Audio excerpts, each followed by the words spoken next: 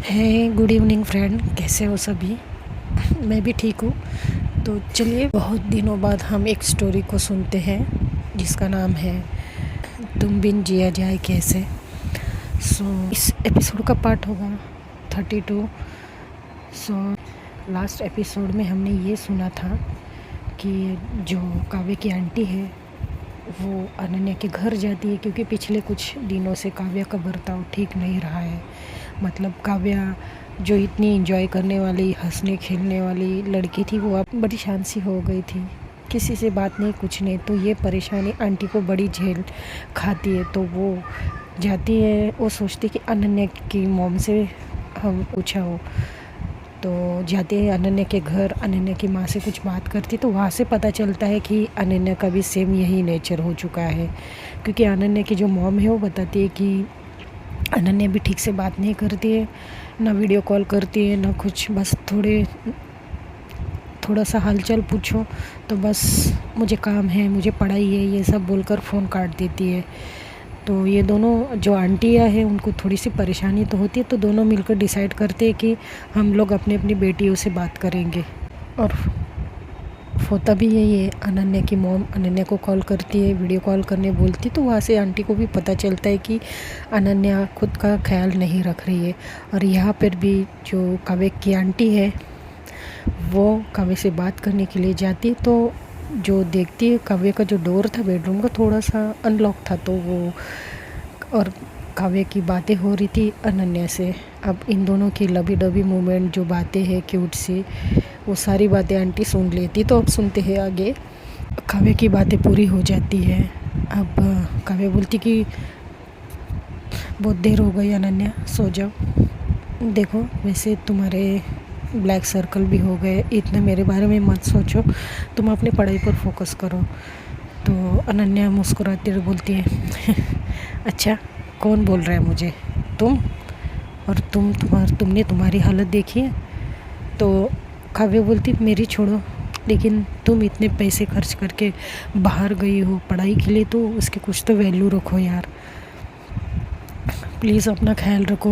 वहाँ पर ना तुम्हारी मॉम है ख्याल रखने के लिए, ना ही मैं हूँ, तो प्लीज़ मेरे लिए। तो अनन्या बोलती ठीक है, तो हम लोग एक दूसरे का ख्याल एक दूसरे के लिए रखेंगे, प्रॉमिस करो। तो काव्या बोलती प्रॉमिस। अब इन लोग की जो मीठी मीठी बातें हैं वो अब ऑलमोस्ट हो चुकी थी। काव्या बोलती अब सो जाओ और मैं भी थोड़ा सा पढ़ाई कर लेती हूँ। तो अनन्या बोलती गुड। तो ये लोग एक दूसरे को बाय बोलकर स्क्रीन पे एक छोटा सा किस वगैरह कर कर ये लोग बाय बोलते हैं। और यहाँ पर बाहर जो आंटी थी वो पूरी सी ब्लैंक हो चुकी थी, पूरी तरह से ब्लैंक हो चुकी थी। क्योंकि उन्होंने कभी ये सपने में भी नहीं सोचा होगा काव्य को भी ऐसा कर सकती है। तो वो क्या करती, वो काव्य के सामने नहीं जाती, वो वहाँ से चली जाती है चुपचाप। अब थोड़ी देर में काव्य जो है आंटी को मोबाइल देने आती है, और आंटी बस मोबाइल लेती है और उसके फेस पर एक बार देखती है। लेकिन काव्य इतना ध्यान नहीं, काव्य का थोड़ा सा मूड तो ठीक हो चुका था क्योंकि उसकी बात अनन्या से हो चुकी थी। तो काव्य बोलती आंटी खाना खाया आप? आंटी बोलती अच्छा बेटा, बड़े दिनों बाद याद आई आंटी ने खाना खाया है या नहीं। तो काव्य बोलती नहीं आंटी, ऐसा कुछ नहीं, बस ऐसे ही पूछा, आपने मुझे इतने प्यार से खाना खिलाया, इसके लिए ये तो फ़र्ज बनता है ना। तो आंटी बोलती अच्छा बेटा, अच्छा हुआ, चलो तुमने थोड़ा तो कुछ सोचा। वैसे ये अचानक से तुम्हारे दिमाग में आया कहाँ से कि तुम्हें आंटी का भी ख्याल रखना है? तो काव्य बोलती कुछ नहीं, बस वो अनन्या से बात हो रही थी, तो अनन्या मुझे बता रही थी कि सबका ख्याल रखा करो। तो आंटी बोलती अच्छा, अनन्या को क्या इतनी दूर से पता चला है जो तुम्हें उसने इतनी अच्छी सी सलाह दी? तो काव्य थोड़ी सी चुप हो जाती है। तो आंटी बोलती है बोलो बेटा, ऐसी क्या बात हुई है जो अनन्या इतनी दूर से भी जान चुकी है कि तुम्हारा बर्ताव कैसे हो चुका है? बोलो, जवाब दो मुझे। काव्य कुछ बोल ही नहीं पाती है। तो जो आंटी है वो बोलती है कि देखो बेटा, मैं तुम्हें इतना ही कहूँगी कि ज़िंदगी में तुम जो भी करो ना, सोच समझ कर करना, क्योंकि हम अभी जो करते हैं ना, कभी कभी हमें आगे जाकर उसी चीज़ के लिए पछताना पड़ता है। क्या बोलती, जी आंटी, आप किस बारे में बोल रहे हो? आंटी बोलती है, अच्छा तो तुम्हें सच में जानना है कि मैं किस बारे में बोल रही हूँ? तो काव्या बोलती है, जी जी आंटी, क्या हुआ है? तो आंटी बोलती कि क्या चल रहा है तुम दोनों का? अब जैसे ही आंटी ये पूछती है तो काव्या बोलती है, कुछ नहीं, किसका? तो बोलती, अनन्या और तुम्हारे बीच में क्या चल रहा है? तो काव्या बोलती है, वो कुछ नहीं आंटी, कुछ खास नहीं। आंटी बोलती, देखो मैंने सब कुछ सुन लिया है तुम दोनों के बीच की बात। अब जो काव्या है उसे बड़ी ऑकवर्डनेस होती है और साथ साथ उसे डर भी लग जाता है कि आंटी ने सारी बातें सुन ली। तो काव्या वहाँ से जाने लगती है। आंटी बोलती, रुको, हाथ पकड़ती है उसका और बोलती कि देखो, मैं तुम्हें इतना ही कहूँगी कि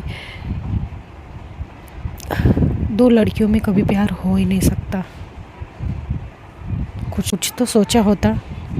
तुम्हारे जो माँ बाप है वो एक फार्मर है, गांव में रहते हैं, और गांव में अगर ये बात फैल गई कि उनकी बेटी शहर जाकर ये सब करती है तो पता है क्या हो सकता है? अरे किसानों का दिल इतना नाजुक होता है ना कि छोटे से खेत भी डूब जाए ना तो वो सुसाइड कर लेते हैं। और ये तो बहुत बड़ी बात है, उनकी इज्जत पे आ गई ये बात। अगर उनको ये बात पता चले तो तुम क्या करोगी? अगर भगवान ना करे उन्होंने कुछ कर लिया तो क्या बोलती, आंटी प्लीज़ ऐसे मत बोलिए। आंटी बोलती, देखो मैं तो सिर्फ बोल रही हूँ, लेकिन मुझे नहीं लगता कि तुम्हें ये सब कुछ आगे बढ़ाना चाहिए। अगर अनन्या लड़का होती तो मैं खुद तुम्हारे माँ बाबूजी से बात करती। मैं इसमें कुछ नहीं कर सकती हूँ काव्या। तो बेहतर यही होगा कि तुम्हें ये सब रोकना ही होगा। तो काव्या बोलती, आंटी ये नामुमकिन है अभी। अब नामुमकिन है आंटी, ऐसा नहीं हो सकता, मैं उसे नहीं भूल सकती। आंटी बोलती, तुम्हें उसे भूलना ही होगा और आइंदा उससे बात करने की कोशिश मत करना। मैं तुम्हारी भलाई के लिए कह रही हूँ। अब यहाँ पर एक लौता ज़रिया था जो आंटी का फ़ोन था, वो भी बंद हो चुका था। अब काव्या रो रो कर अपने कमरे में चली जाती है, अंदर से लॉक कर देती है रूम को, और जो काव्या की आंटी है वो सीधा जाकर अनन्या की माँ को फ़ोन लगाती है। अब अनन्या की माँ मॉडर्न टाइप ख्यालों की थी, मतलब उनकी एक लौती बेटी थी, पैसे वाले भी थे, और वो समाज में 4 लोगों में बैठना उठना था उनका, तो उनको ये सारी चीज़ें पता ही थी। तो वो बोलती कि ठीक है बहन जी, हम इस बात को बैठ कर सुलह कर देंगे। तो आंटी बोलती कि ठीक है, लेकिन अनन्या से कह दीजिएगा अभी मेरे मोबाइल पर फ़ोन नहीं करे। तो आंटी बोलती है, अनन्या की माँ बोलती है, ठीक है जी, मैं बोल दूँगी लेकिन मैं आपको एक ही सलाह दूँगी कि दोनों के बीच में शायद से हमें नहीं पढ़ना चाहिए। क्यों बहन जी, आपको नहीं लगता है? तो आंटी जो काव्या की है वो बोलती कि आपकी क्या सोच लेकर बैठी हो आप बहन जी? आपको पता भी है ये कितना बड़ा पाप है? 2 लड़कियां कैसे प्यार कर सकती एक दूसरे से? अरे उसके माँ बाप किसान हैं, अगर ये सारी बातें गांव में पता चली तो वो तो बैठे बैठे मर जाएंगे। जो काव्या की मॉम है वो बोलती कि ठीक है बहन जी, हम इस विषय पर बैठकर बात करेंगे ना। मैं भी समझ सकती हूँ कि वो बहुत इज़्ज़तदार लोग हैं, मतलब उनके लिए पैसे से ज़्यादा इज़्ज़त प्यारी है। तो मैं समझ सकती हूँ, तो आप इस बात को थोड़े टाइम के लिए यही रोक दीजिए। तो आंटी जो है काव्या की फ़ोन काट देती है, और आंटी जो है अपने सर को हाथ लगाए बैठ जाती है।